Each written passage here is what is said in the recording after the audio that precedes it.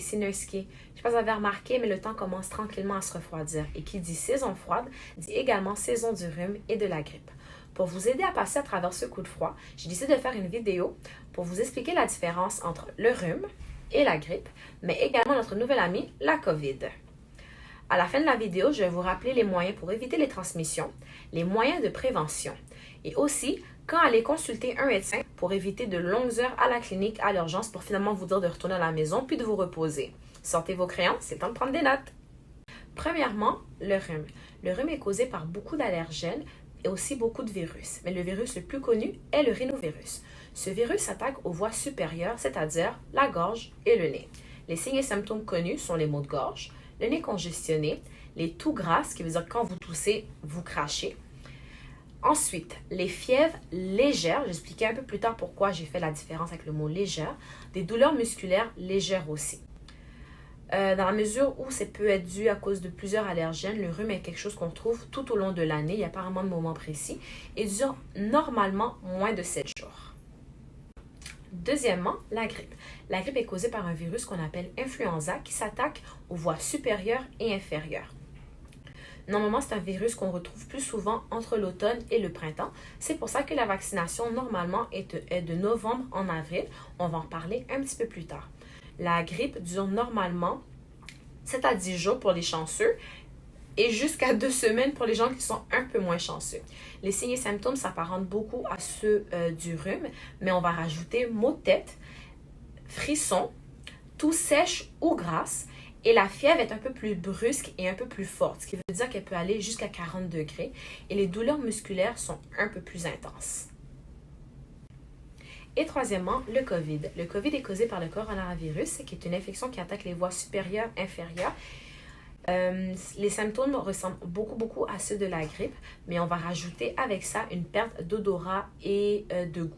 Ce qui veut dire que vous êtes plus capable de goûter ni de sentir. Ça peut être une bénédiction, mais croyez-moi, vous voulez garder votre odorat. Ensuite, les difficultés respiratoires sont beaucoup plus intenses au niveau du COVID. Ce qui est un peu plus touché avec le COVID, c'est que certaines personnes peuvent être asymptomatiques, ce qui veut dire n'avoir aucun symptôme, mais être quand même capable de faire circuler la maladie. Donc, c'est très important de savoir la différence entre les trois virus. Que ce soit pour le rhume, la grippe ou le COVID, le plus important, c'est de se reposer. Ensuite, pour la gestion des symptômes, allez voir votre pharmacien ou pharmacienne et demandez-leur directement quel sirop acheter. À la place de commencer à deviner, c'est la meilleure personne pour vous dire quoi acheter. Ils vont vous conseiller soit des sirops, des onguents ou des décongestionnants. Ensuite, que ce soit pour chacun des trois ou pour n'importe quelle maladie, l'hydratation est toujours primordiale. Donc, n'oubliez pas, on s'hydrate. Depuis le début de la pandémie, on en parle, la transmission. Quoi faire pour éviter la transmission? Très facile. On se lave les mains, on évite de porter les mains au visage, on porte notre masque, on tousse dans le coude. En passant, pour ceux qui toussent dans le coude, évitez de donner des coups de coude aux gens après ça pour dire allô. Et finalement, si vous avez les symptômes, restez à la maison. C'est le moyen le plus sûr d'éviter de le transmettre à quelqu'un d'autre. Un des moyens de prévention le plus sûr reste la vaccination. Il n'y a pas encore de vaccin pour le COVID, il n'y a pas de vaccin pour le rhume, mais la grippe, il y en a un et il est présentement disponible dans la plupart des CLSC et à votre pharmacie. La vaccination, dans le fond, on vaccine au niveau du deltoïde. Les effets secondaires le plus courant qui arrivent, c'est au niveau du site où est-ce qu'on a vacciné, ça peut devenir un peu enflé, un peu rouge, dur, puis on a des fois de la difficulté à lever le bras.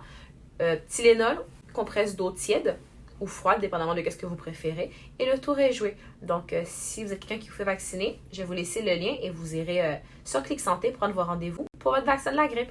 Donc, avec tout ça, c'est quand qu'il faut aller consulter un médecin. On va consulter un médecin quand votre état général commence à se dégrader, quand votre fièvre persiste, donc ce qui veut dire que vous prenez des Tylenol, mais la fièvre part jamais. Si vous avez de la difficulté à respirer de plus en plus, si votre niveau d'énergie, de faiblesse dégrade, ce qui veut dire vous n'avez plus d'énergie, vous vous sentez moche, allez consulter un médecin, c'est très important. Donc, c'est tout pour la vidéo. J'espère que ça vous a aidé. Si vous avez des questions, vous pouvez toujours les laisser dans les commentaires ou nous parler directement sur Instagram. J'ai laissé les liens pour Info Santé, Info COVID dans la biographie. Et je vous dis à la prochaine. Bye!